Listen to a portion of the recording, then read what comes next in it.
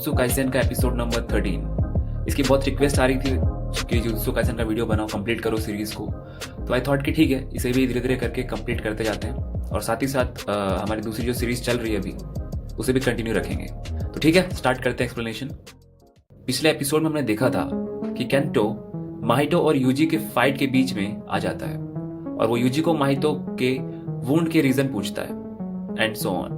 इस एपिसोड के स्टार्ट में हम देखते हैं केंटो यूजी को कहता है कि वो माहितो के अटैक्स को रोकेगा और जिसके बाद कि वो दोनों मिलकर आज यहीं और इसी वक्त माहितो को खत्म करेंगे। जिसके बाद कि उनकी फाइट स्टार्ट हो जाती है और माहितो अब कई सारे टेक्निक्स का यूज करके उन पर अटैक कर रहा होता है और वो लोग उसे काफी अच्छे से डॉज कर रहे होते हैं और उस पर अटैक करने की पूरी कोशिश कर रहे होते हैं। माहितो यूजी पर ट्रांसफिगर्ड ह्यूमन को भेज देता है। अगर तुम लोग को याद होगा पुराने एपिसोड से, ट्रांसफिगर्ड ह्यूमंस वही होते हैं जिसके सोल को माहितो ने चेंज कर दिया है और अब वो उसके गुलाम बन गए हैं तरीके से, और वो उनको यूजी के पीछे भेज देता है क्योंकि उसे लगता है कि यूजी उन ह्यूमंस को नहीं मार सकता और ये उसकी वीकनेस है और शायद वो इस वीकनेस का फायदा उठा सकता है। और इस मौके का फायदा उठाकर वो केंटो पर अटैक करता है और वो सही भी होता है। यूजी उन ह्यूमंस को मारने से पहले काफी जूझ रहा होता है और जो कि वो ह्यूमंस काफी पेन में होते हैं। यूजी समझ जाता है कि इन्हें मारना ही इनके ऊपर रहम करना होगा और वो माहितो को गलत साबित करते हुए उन्हें मारकर वापस फाइट में आ पहुंचता है और इस बार वो दोनों माहितो की अच्छे से धुलाई करते हैं। पर तभी माहितो को अपने अंदर किसी तरह की पावर फील होती है और वो उस पावर को एक्टिवेट कर देता है। एक्चुअल में ये उसका डोमेन एक्सपांशन होता है और इस डोमेन एक्सपांशन में यूजी नहीं बल्कि केंटो फंस जाता है और वहां उस डोमेन के अंदर हम लोग केंटो को देखते हैं और वो जानता है कि उसका यहाँ से बचकर निकलना नामुमकिन है क्योंकि माहितो की कर्स टेक्निक को एक्टिवेट करने के लिए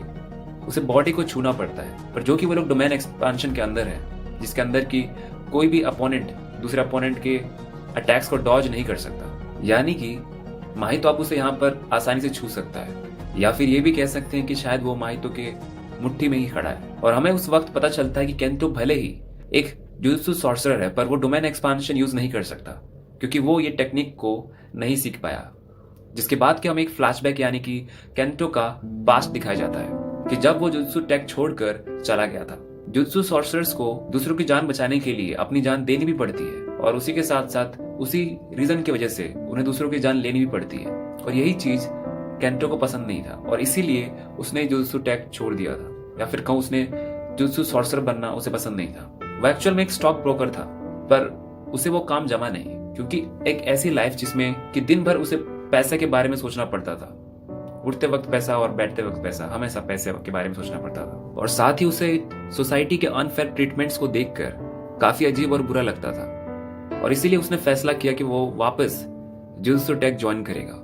जिसके बाद कि हम प्रेजेंट में आ जाते हैं और हम देखते हैं कि केंटो अब रेडी हो जाता है अपनी डेथ के लिए कि तभी सडनली यूजी उस बैरियर को तोड़कर अंदर एंटर कर जाता है और तब हमें पता चलता है कि एक डोमेन जितना भी अंदर से स्ट्रांग हो उतना ही वो बाहर से वीक होता है क्योंकि डोमेन एक्सपांशन का मेन मकसद होता है कि आप अपने एनिमी को उस जोन से बाहर निकलने ना दें। और तभी कुछ होता है और हम लोग सडनली सुकुना को देखते हैं और वो माहितो को कहता है कि मैंने तुम्हें वार्निंग दी थी और फिर भी तुमने मेरे सोल को टच किया और वो इस बार माहितो को सिवियरली डैमेज कर देता है। जिसके बाद कि वो डोमेन टूट जाता है और हम देखते हैं कि माहितो काफी सिवियरली इंजर्ड होता है और वो ब्लीड कर रहा होता है और यूजी और केंटो को समझ नहीं आ रहा होता कि आखिरकार हुआ तो हुआ क्या। और माहितो की लगभग सारी की सारी कर्स एनर्जी अब खत्म ही हो चुकी होती है पर वो लोग इस मौके को ऐसे ही नहीं छोड़ सकते थे, इसीलिए यूजी उस पर अटैक करता है पर वो वहां से उन दोनों को चकमा देकर भाग जाता है। जिसके बाद कि हम माहितो को सीवर में देखते हैं और उसे लगता है कि सुकुना इतना पावरफुल है कि अगर वो उसे यूजी की बॉडी से आजाद कर दे तो कर्सेस का टाइम फिर से आ जाएगा, यानी कि इस वर्ल्ड पर कर्सेस वापस से रूल करने लगेंगे। जिसके बाद कि हम केंटो और यूजी को देखते हैं और यूजी काफी सैड होता है जिस पर कि केंटो उसे कहता है कि उसकी कोई गलती नहीं है इसमें, वो जो भी कर सकता था उसने किया और सबसे बड़ी बात उसने उसकी भी जान बचाई है आज। जिसके बाद की दूसरी ओर हम लोग जोगो को देखते हैं और वो पूरी तरीके से ठीक हो चुका होता है और वहां पर माहितो भी आकर पहुंचता है और वो जोगो को कहता है कि यूजी से लड़ने के बाद और सुकुना से मिलने के बाद उसे यकीन हो गया कि सुकुना कितना स्ट्रांग है और उन्हें उसे रिवाइव करना ही होगा और इसके लिए उन्हें गेतो के प्लान के हिसाब से काम करना होगा। और जोगो इस बात पर हामी भरता है क्योंकि गेतो का प्लान होता है कि वो लोग सारे के सारे फिंगर्स यूजी को खाने के लिए देंगे ताकि सुकुना रिवाइव हो सके। पर गेतो कहता है कि इसमें एक दिक्कत है कि जुजुत्सु टेक में कुछ लोग मानते हैं कि वो लोग नहीं जानते कि कितने फिंगर्स को खाने के बाद यूजी अपने ऊपर कंट्रोल खो देगा, इसीलिए वो लोग ऐसा नहीं करने देंगे और इसीलिए उन्हें इसके लिए कुछ करना होगा ताकि उनका प्लान कामयाब हो सके। जिसके बाद कि हम लोग देखते हैं गोजो और केंटो को, और गोजो केंटो को सुकुना के फिंगर के बारे में पूछता है और वो कहता है कि उसने वो जुत्सु टेक में जमा कर दिया, क्योंकि अगर वो फिंगर उसे देता तो पक्का वो फिंगर वो यूजी को खाने के लिए दे देता। जिसके बाद कि यूजी वहां पर आ पहुंचता है और वो काफी एक्साइटेड होता है क्योंकि वो आज बाकी सारे स्टूडेंट्स और उसके क्लासमेट के साथ मिलने वाला होता है। इसके लिए गोजो और वो दोनों प्लान करते हैं, वो बाकी लोगों को इस बात से सरप्राइज देंगे। और दूसरी ओर हम लोग देखते हैं कि फर्स्ट ईयर और सेकंड ईयर के स्टूडेंट्स एक जगह पर जमा होते हैं और उस दिन स्कूल एक्सचेंज इवेंट होता है, यानी कि इंटर स्कूल फाइट कंपटीशन। और उनके स्कूल में क्योटो स्कूल के स्टूडेंट्स आकर पहुंच जाते हैं और इनके नाम मैं बाद में बताऊंगा, जब इनका काम पड़ेगा तब बताऊंगा, अभी बताऊंगा तुम लोग भूल जाओगे। सो बस मान लो कि कुछ बच्चे हैं, बस दैट्स इट। और तभी वहां पर गोजो भी आ पहुंचता है और सभी को सरप्राइज देता है कि यूजी जिंदा है। पर उसे देखकर सब लोग खुश होने के बदले सदमे में पड़ जाते हैं। मतलब ऑब्वियसली यार, कोई इतने टाइम से मर चुका सडनली जिंदा होकर आ जाए तो तुम्हें वियर्ड ही फील होगा ना। और यूजी फुशिगुरो और नोबारा को सॉरी कहता है, जो कि उससे काफी गुस्सा होते हैं। और तभी वहां पर क्योटो स्कूल के प्रिंसिपल भी आकर पहुंच जाते हैं और गोजो उसे मॉक करते हुए कहता है कहीं यूजी को जिंदा देखकर उसकी तबीयत खराब तो नहीं हो गई। जिसके बाद कि हमें टोक्यो स्कूल की मीटिंग दिखाई जाती है, जहां पर कि यूजी सभी सेकंड ईयर स्टूडेंट से मिलता है और वो लोग डिस्कस कर रहे होते हैं कि किस किस की स्ट्रेंथ क्या है ताकि वो लोग अपना प्लान बना सके। और दूसरी ओर क्योटो टीम के भी मीटिंग चल रही होती है और उस मीटिंग में क्योटो स्कूल के प्रिंसिपल बाकी सभी स्टूडेंट्स को कहते हैं कि उन्हें इस मैच के दौरान मिलकर यूजी को मारना है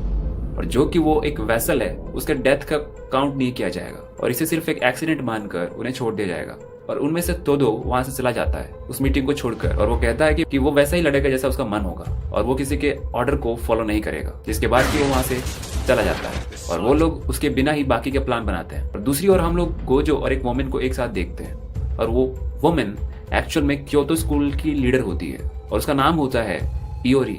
और उसके साथ ही वो गोजो के सीनियर भी होती है और गोजो उसे बताता है कि उसे लगता है कि जुत्सु टेक से कोई आदमी उन गर्सेस के साथ मिलकर काम कर रहा है। और ये सुनने के बाद इयोरी काफी चौंक जाती है और उसे इस बात पे यकीन नहीं होता। गोजो कहता है कि वो चाहता है कि वो क्योटो स्कूल में थोड़ा इस बात का पता लगाए और उसे इसके बारे में इन्फॉर्म करे। और इसके अगले एपिसोड में वैसे काफी धुआंधार फाइट होने वाला है, तो सभी इसके लिए रेडी हो जाना। और इसी के साथ ये एपिसोड यहीं पर खत्म करते हैं। Thanks for watching and subscribe जरूर कर देना चैनल को। Thank you.